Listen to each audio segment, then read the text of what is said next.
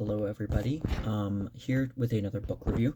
I was a bit hesitant to review this one, The Joke by Milan Kundera, um, mainly because I feel like I didn't retain a lot of it. I feel like it was in the rush of me reading all sorts of other books in the kind of same kind of time period, and I was kind of digesting a lot of that.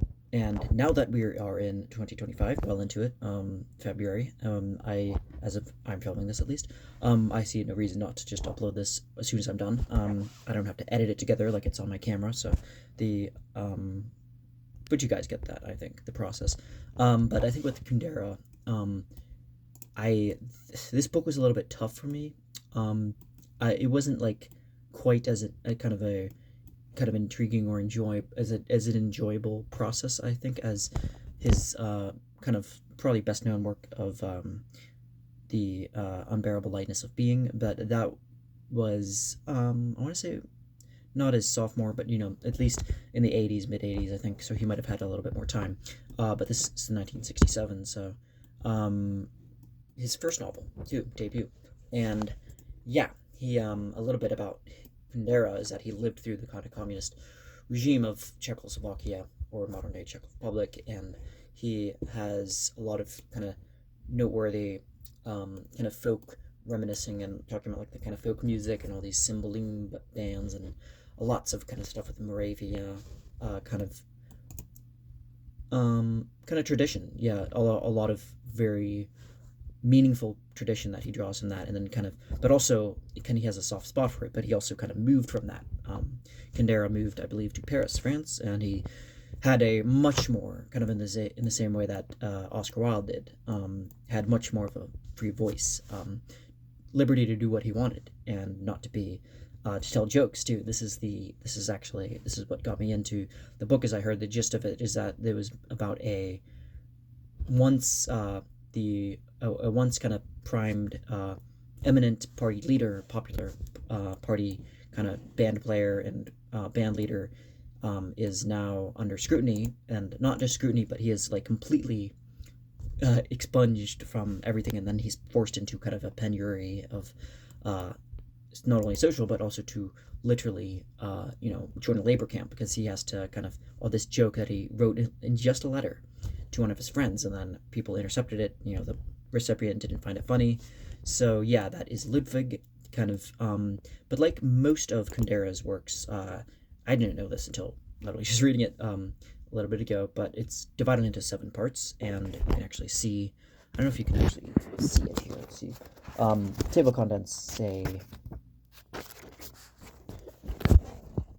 you can see, but yeah, it's the first part is Ludwig, who seems to be kind of that's where the joke kind of centerpiece of the novel is, but I think it's quite equally kind of between all Ludwig, Helena, Ludwig again. Okay, maybe it is a little bit more on his side. Okay, so Jaroslav and Ludwig, and then Kostka, and Ludwig, Jaroslav, and Helena. So they reach a kind of convening point again near the end, and there's this. It's called the March of the Kings, I think, and there's the Ride of the Kings, and that's a kind of a Moravian folk festival that they have, full of vibrant, bright kind of colors, and people have masks on, kind of masquerading. And a lot of this, at least maybe not to such a sour, depressing degree, reminded me of Solzhenitsyn, his experience at the Gulag, and the just in particular the kind of subjects. It wasn't uncommon for them to be sent to the Gulag camps simply on account of saying a joke about Stalin, or even just like a little girl, no, well, not a little girl, but maybe I think a teenage girl that accidentally bumped over a bust of Stalin and was commuted to the gulags. And yeah, but I think I don't know if it's just a 19th century, mid 19th century communism kind of thing, but this does take place in the 50s, and there is a kind of, I think, some kind of relationship to parallels to Russia with this. And Russia kind of, I think there's invasions from them. I'm not too sure about the exact history, but I think that's definitely Kundera's other works, he talks about how, Russia kind of tried, I think, invading his homeland a little bit. So yeah, the Ludwig is starts off with him kind of returning to his particular kind of town of where I think in Moravia, that kind of district, and that's where he's coming back to there. So he's like, he has lots of fond memories of. So there's a lot of different utilizations of the flashback kind of. So yeah, he was popular, like I said. Ludwig was because he was very just energetic, vibrant, just like very much a kind of leader, natural leader, and then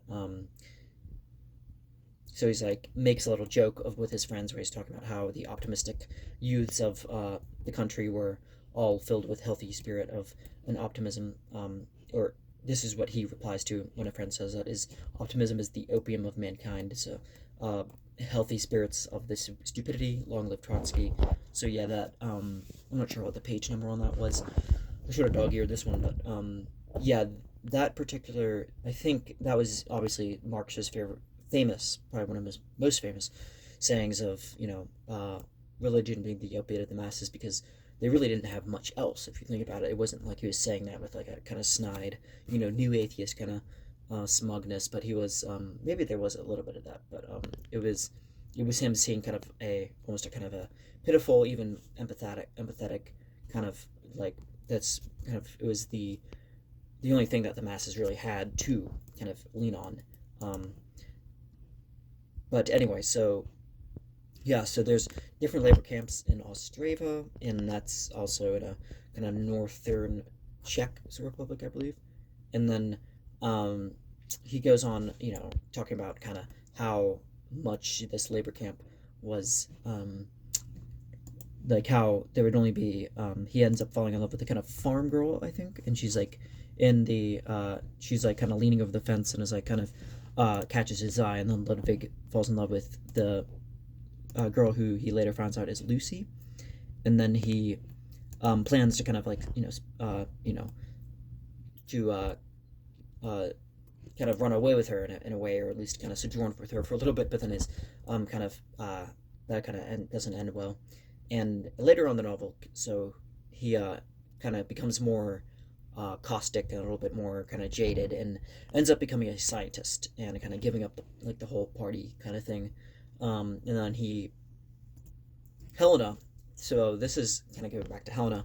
It actually shows that she was a. This is why I'm so hesitant to review this, because it's kind of hard to gain a kind of like a understanding of like where all these events are tying in, and all these different things, and all these characters interrelate to one another. So there's Helena was the girl at the barbershop that he recognized vaguely from his youth, and he was like kind of there's these the point of view from her, like she talks about how she's married to Zimenek, and I don't think he gets his own chapter, but he there's kind of a little drama going on, because he's like, I think, still has feelings for her, and then they end up there's another guy named Kostka. He's a young man in the party.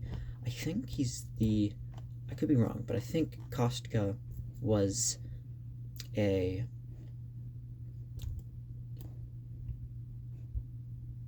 I might have had it written down here. Was he a childhood friend of Ludwig, or I can't remember exactly, but they all kind of meet again at the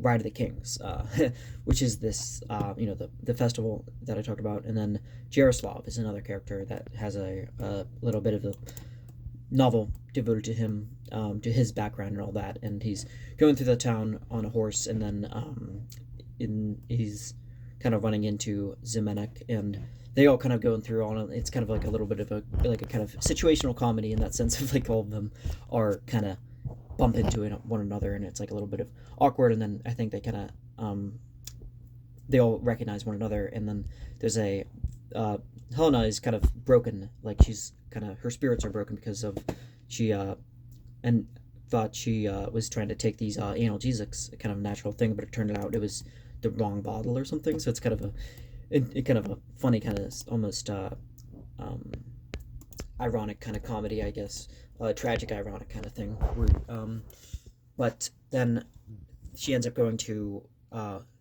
I guess kind of inadvertently trying to commit suicide, and then because that wasn't too clear on me to me, but she ends up uh, yeah, it's the wrong bottle. It turns out to be not a lethal one, so she's actually saved. So then Jaroslav learns of this, and he's like totally you know like harrowed and completely broken. But he also learns that the child running the horse, the other thing is that kind of the mascot of the parade is not his son, so there's kind of a relief there. But then he goes around and he's like kind of back in the parade. He's going through to watch the motorcycles going through, and then he's like smashing these things, plates and stuff, and he's like very angry, just kind of lashing out. And then it ends with Ludwig, taking or thinking that Jaroslav will survive his little breakdown, and then has envisions this another half of his friend's life will be happier. One, and then it ends with the sentence, "One that one's destiny is not complete long before death." So I guess it ends on a kind of a happy note. So what did I think about the novel on a personal level? I thought it was just, I don't know, like, it wasn't milquetoast, it wasn't mediocre. I mean, it was certainly trying at something, but I thought it was way, for my interest, it was way too unfocused. I mean, I'm on I'm on to speak here. It was like the temperature. It's like it was way too like aimless, desultory. There's just so many different things going on, and I guess it's kind of just like, oh, it's a reaction to the. I thought it was a very promising start to a career for Kundera, but I thought he definitely did not have the kind of grace he wrote with later. I think that it's a lot of this stuff is like there's just like clunky kind of. I'm not angry. I'm just kind of a little bit annoyed. I'll be admit, but there was like so I thought I just passed by it. So, he wrote part of it in like a musicology, like a kind of using the notation of the symbolum bands, and he gives like a kind of interesting kind of the history of the folk kind of music of Czechoslovakia, a very specific kind of history, which I thought was interesting. Probably one of the more interesting parts. Maybe just because I'm into music, I guess, vaguely. But yeah, you can clearly see the notation here, or at least I hope you can see it. Yeah.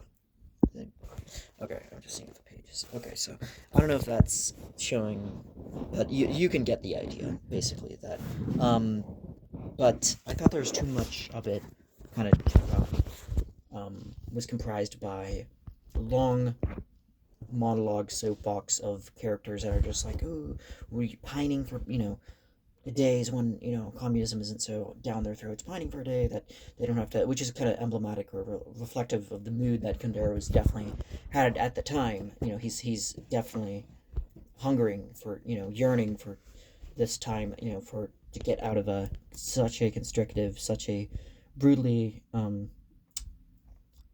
like anti-individualist kind of the collective, everything is for the collective. Hence why this joke, and I thought that it was called a joke, but like the most of the novel didn't even seem to really center on the joke. That's the weird thing. That's why I went into it maybe with wrong expectations. Maybe I thought that it would kind of that would be the centerpiece, the kind of the main focus, the kind of the course of the entire thing would just be that, and then kind of everything else would allude around it. But I think in a way that some of it does, like I guess in some of it that maybe more kind of modernist or postmodern literature will have kind of a MacGuffin or of some sort, where it's like, yeah, this is about one thing, I'll say it's called about that, but it's actually about all these. Or I think that maybe not really too related, but the periodic table by not Umberto Eco, it's by Primo Levi, the Italian I think. But he was also involved in um, the Holocaust. Yeah, he was a Holocaust survivor, notable one too, kind of in the Eli Wurtzel kind of thing. And I'm into unfurrowed territory here. I don't know too much about him. I haven't read the book, but I do know that the periodic table is not about the periodic table, but it uses it as kind of a interesting kind of um, way of grabbing your attention without being cheap. Obviously, just in a way of getting like his life as a physicist ties it in to the Holocaust and how that upended his whole existence really. But now there's I guess but with this I thought it was just like it was going to all these different kind of characters that really didn't have much to do with the joke that he said. I thought the joke was going to be like it was going to be the starting point catalyst for everything to happen, and it did happen kind of in the beginning, but then it kind of lost focus and it kind of just started going on this kind of trotting along on all these different kind of characters, and and their little like how it was more so how the kind of overarching theme of how communism, and how constructive kind of anti-individualist kind of egalitarian for well, maybe that's not the right term, but that kind of how that it was more of like a I don't know, like a more of a thesis or uh kind of thematic take on how on that rather than the more specificities, I guess, of of these characters. And I thought that the characters kind of were more like just kind of in a little bit of the way that Maxine Gorky kind of used, in Mother, especially like that the characters of the kind of like for and that was kind of anarcho kind of he was a friend of Tolstoy later on in life, but I think Gorky too used that kind of thing of like just kind of egging not egging it, but kind of overusing motifs and using them more as just a way of filler, really, just kind of as padding, just to kind of signify, like, hey, we're just gonna use this mother kind of character. She doesn't really have a backbone or any spine or any, and I don't think that Kundera necessarily did that. I think he used too much, I guess, of this. It seemed like he was like of two minds of what he wanted to write about. Like one of it was like a satirical kind of in the same way that kind of Anatole France writes, kind of very satirical stuff, and then another part is a very kind of sentimental take on the folk and the kind of the land he grew up in. Like he had a lot of good feelings and a lot of positive, pleasant, affable connotations to those childhood days that he has. In a Proustian way, he's able to kind of paint a picture of a compassion for that and like those people in those peasant kind of villages, and how communism failed them too. So, but that is just my kind of unmitigated kind of 2 cents on the whole thing. But read it for yourself. Read it for yourself. Some other people have different kind of reactions to this book. I mean, for what it's worth, I did like. I think the other one I read was Identity, which I really loved. It was a lot more, like I said, his later works, like Ignorance, I haven't read yet, but I think I will like it a lot because his later works kind of stem away from a lot of kind of a stylistic, jam-packed stuff where he's like trying to, cram so much just like abundance, fecund with all these different images and doing a million things at once, whereas his later stuff in the 90s was like a lot more minimal, I think, and elegant, but refined, I think is the word. But yeah, that's all. That's just my 2 cents on the issue. But that is Milan Kundera's The Joke, and that's all I have for today.